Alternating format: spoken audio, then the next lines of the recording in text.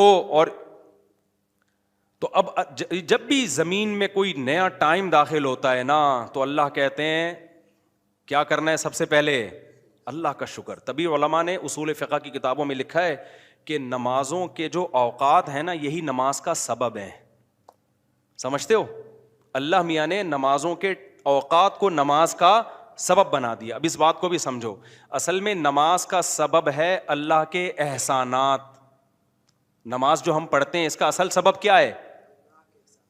اللہ کے احسانات. اب اللہ کے احسانات تو 24 گھنٹے ہیں, تو کیا 24 گھنٹے پڑھتے رہیں؟ ظاہر ہے اس میں حرج ہے. تو اللہ میاں نے کیا کیا؟ اللہ میاں نے بولا دیکھو شریعت کا ایک اصول ہے. ابھی کیا تمہیں پورا اصول فقہ بیٹھا کے سمجھاؤں میں, لیکن کیا کریں, سمجھائے بات سمجھ میں آتی نہیں. دیکھو شریعت کا اور کامن سینس کا بھی ایک اصول ہے کہ جب کسی, پہلے میں مشکل اردو میں سمجھاتا ہوں پھر ایکسپلین کروں گا. جب کسی حکم کا مدار کسی حقیقی سبب پہ رکھنا ممکن نہیں ہوتا نا تو سبب ظاہر پر حکم کا مدار رکھا جاتا ہے. مشکل ہے مجھے پتا ہے, آسان کر کے سمجھا رہا ہوں. دیکھو ہم جو سفر میں 2 رکعتیں پڑھتے ہیں اس کی اصل وجہ ہے مشقت. کیوں ہم 2 رکعتیں پڑھتے ہیں؟ بھائی ٹینشن ہے سفر میں. اللہ نے نماز کیا کر دی کہ بھائی سفر میں آدمی ایسے راحت میں نہیں ہوتا جیسے گھر میں ہوتا ہے نا. تو اللہ میاں نے کیا حکم دیا کہ بھائی کتنی پڑھنی ہے؟ 2 پڑھنی ہے. تو اصل جو وجہ ہے نا سفر میں 4 کی 2 جو اللہ نے کر دی ہیں, اس لیے کہ سفر میں آدمی اتنی خوشی اور راحت میں نہیں ہوتا بلکہ تھوڑی سی ٹینشن میں ہوتا ہے. لیکن اگر اللہ تعالیٰ یہ کہتے کہ ٹینشن ہی پر حکم کا مدار ہے تو یہ ٹینشن کم ہونے کے بجائے بڑھ جاتی. وجہ اس کی ہے کہ ہم سوچتے رہتے پتہ نہیں مجھے سفر میں ٹینشن ہو بھی رہی ہے کہ نہیں ہو رہی ہے. بعض دفعہ لوگ سفر میں گھر کی نسبت زیادہ خوش ہوتے ہیں. آپ جا رہے ہو جہاز میں یا ٹرین میں, بڑا مزہ آ رہا ہے آدمی کو, یار اللہ میاں نے تو کہا تھا ٹینشن کی, اب تو ٹینشن نہیں ہو رہی. تو وہمی تو ویسے ہی بڑھ جاتا وہمیوں کا پروگرام نا. وہ تو سارا جو 6 گھنٹے جس کا وضو نہیں ہوتا وہ یہ کیسے سوچے گا کہ مجھے ٹینشن ہو رہی ہے کہ نہیں ہو رہی. پھر اگر ہو رہی ہے تو کتنے کلو ٹینشن ہو رہی ہے. بعض دفعہ ہو رہی ہے لیکن آدمی کہتا ہے یار اتنی تو مجھے گھر میں بھی ہوتی ہے, یا ہو سکتا ہے نہیں ہوتی ہے. تو اسلام ان بکھیڑوں سے نکال کے اللہ میاں نے کیا کیا, بھائی سفر سبب ہے ٹینشن کا اور ٹینشن سبب ہے نماز کا. تو اصل سبب تو ٹینشن ہے, لیکن اگر ٹینشن پہ میں نے ڈال دیا نا مدار تو یہ ٹینشن کم نہیں ہوگی, بڑھے گی. لہذا سفر پہ ڈال دیا میں نے. اب سفر ہوگا تو چھوڑ دو, ٹینشن ہے یا نہیں وہ 2 پڑھا کرو. نہیں ہے بات میرا خیال ہے. تو یہ ٹینشن سے بچانے کے لیے اللہ نے کہہ دیا اب سفر میں چاہے انجوائے بھی کر رہا ہوں نا آدمی تو بھی ہم کتنی پڑھتے ہیں؟ 2 پڑھتے ہیں. اور مقام پہ جتنی مرضی ٹینشن میں ہوں پھر بھی پوری 4 پڑھتے ہیں. تو یہ اصول, اور یہ دنیا میں بھی یہ اصول چلتے ہیں. سمجھتے ہو کہ نہیں سمجھتے؟ تو یہاں بھی اللہ نے کیا کیا, اللہ میاں نے فرمایا اصل میں تو تم پہ نماز فرض ہے اس لیے کہ میرے احسانات تم پر بہت ہیں. اب وہ احسانات تو ہر وقت بولو ہوتے رہتے ہیں. اب ہر وقت احسانات ہیں تو اب ہر وقت پڑھتے ہیں نماز, وہ تو ناممکن ہے. تو اللہ میاں نے کہا کہ بھائی دیکھو اللہ کے احسانات میں جو تجدد ہوتا ہے نا, جدت آتی ہے, وہ ٹائم کے لحاظ سے آتی ہے. ہماری پوری زندگی کا نظام کس سے چل رہا ہے؟ ٹائم سے چل رہا ہے. تو وقت جیسے ہی تبدیل ہوتا ہے نا ایک نئی نعمت کا ظہور ہوتا ہے. تو تبدیلی وقت پہ حکم کا مدار رکھ دیا اللہ تعالیٰ نے. ٹائم جیسے جیسے چینج ہوگا تو سمجھ لو کہ اللہ کی نئی نعمت مل رہی ہے تمہیں, تو اس نئی نعمت پہ شکرانے کے لیے تم نے کیا کرنا ہے؟ نماز پڑھنی ہے. تو ٹائم چینج ہوتا ہے, اور تو ٹائم جو ہے نا, اب ٹائم تو 24 گھنٹے میں ہر سیکنڈ میں چینج ہو رہا ہے. تو وہی بات ہے, اللہ نے کہا ہر سیکنڈ میں چینج ہو رہا ہے, لیکن طلوع شمس والا ٹائم اور رات والا ٹائم اور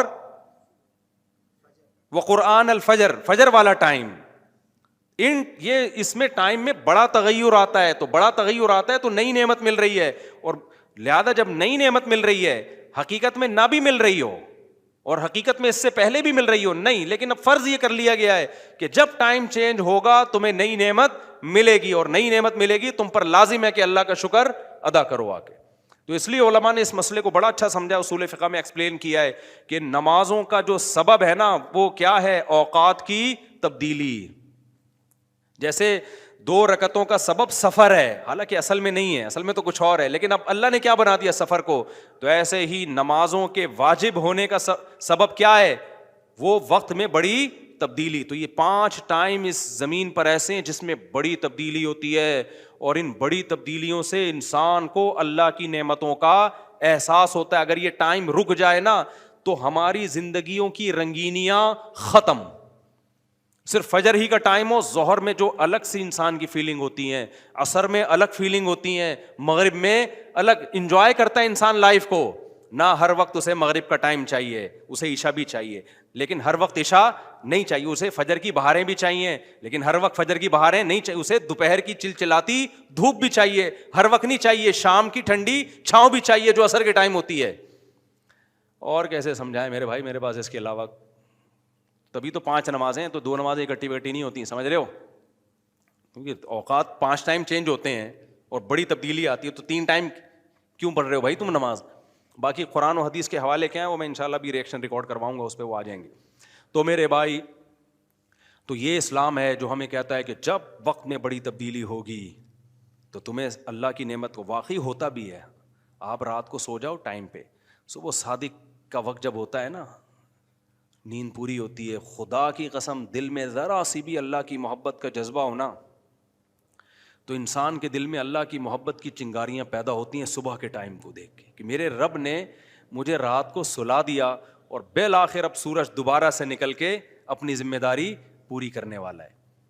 دل چاہتا ہے اللہ کو راضی کروں, اٹھوں, میں اللہ کے سامنے جاؤں. ہم تو پوستیوں کی طرح, میجورٹی تو سو رہی ہوتی ہے نا, اٹھتی 12 بجے ہے کم وقت, اس کو کیا پتا وہ صبح اور وہ چھاؤں ستاروں کی اور وہ نور. ایک شاعر نے کہا تھا, اگلا مصرع بھول گیا کیونکہ نبی میں رٹا لگا کے یاد کیا تھا 9th کلاس میں اردو ادب میں, وہ صبح اور وہ چھاؤں ستاروں کی اور وہ نور دیکھے تو غش کرے ارینی گوئے اوجے تور. واہ واہ, اب یاد آ گیا. آپ کو سمجھ میں نہیں آیا ہوگا کیونکہ اردو برباد ہو رہی ہے. شاعر نے کہا ہے ارینی, موسیٰ علیہ السلام نے کوہ طور میں کہا تھا نا ارینی, اے اللہ مجھے اپنا جلوہ دکھا, تو گوئے اوج طور, طور کے پہلو سے جو آواز آئی تھی نا ارینی, تو وہ والا منظر, وہ روحانی منظر ہوتا ہے, وہ صبح اور وہ چھاؤں ستاروں کی اور وہ نور, یعنی ستاروں کی چھاؤں کے بعد جب صبح پیدا ہوتی ہے نا تو وہ کوہ طور والا منظر, روحانی منظر پیدا ہوتا ہے جب کوہ طور سے موسیٰ علیہ السلام کی ارینی کی آواز آئی تھی. یہ شاعروں کا تخیل ہوتا ہے, کوئی میرے پہ توہین کا فتویٰ نہ لگا دینا بھائی.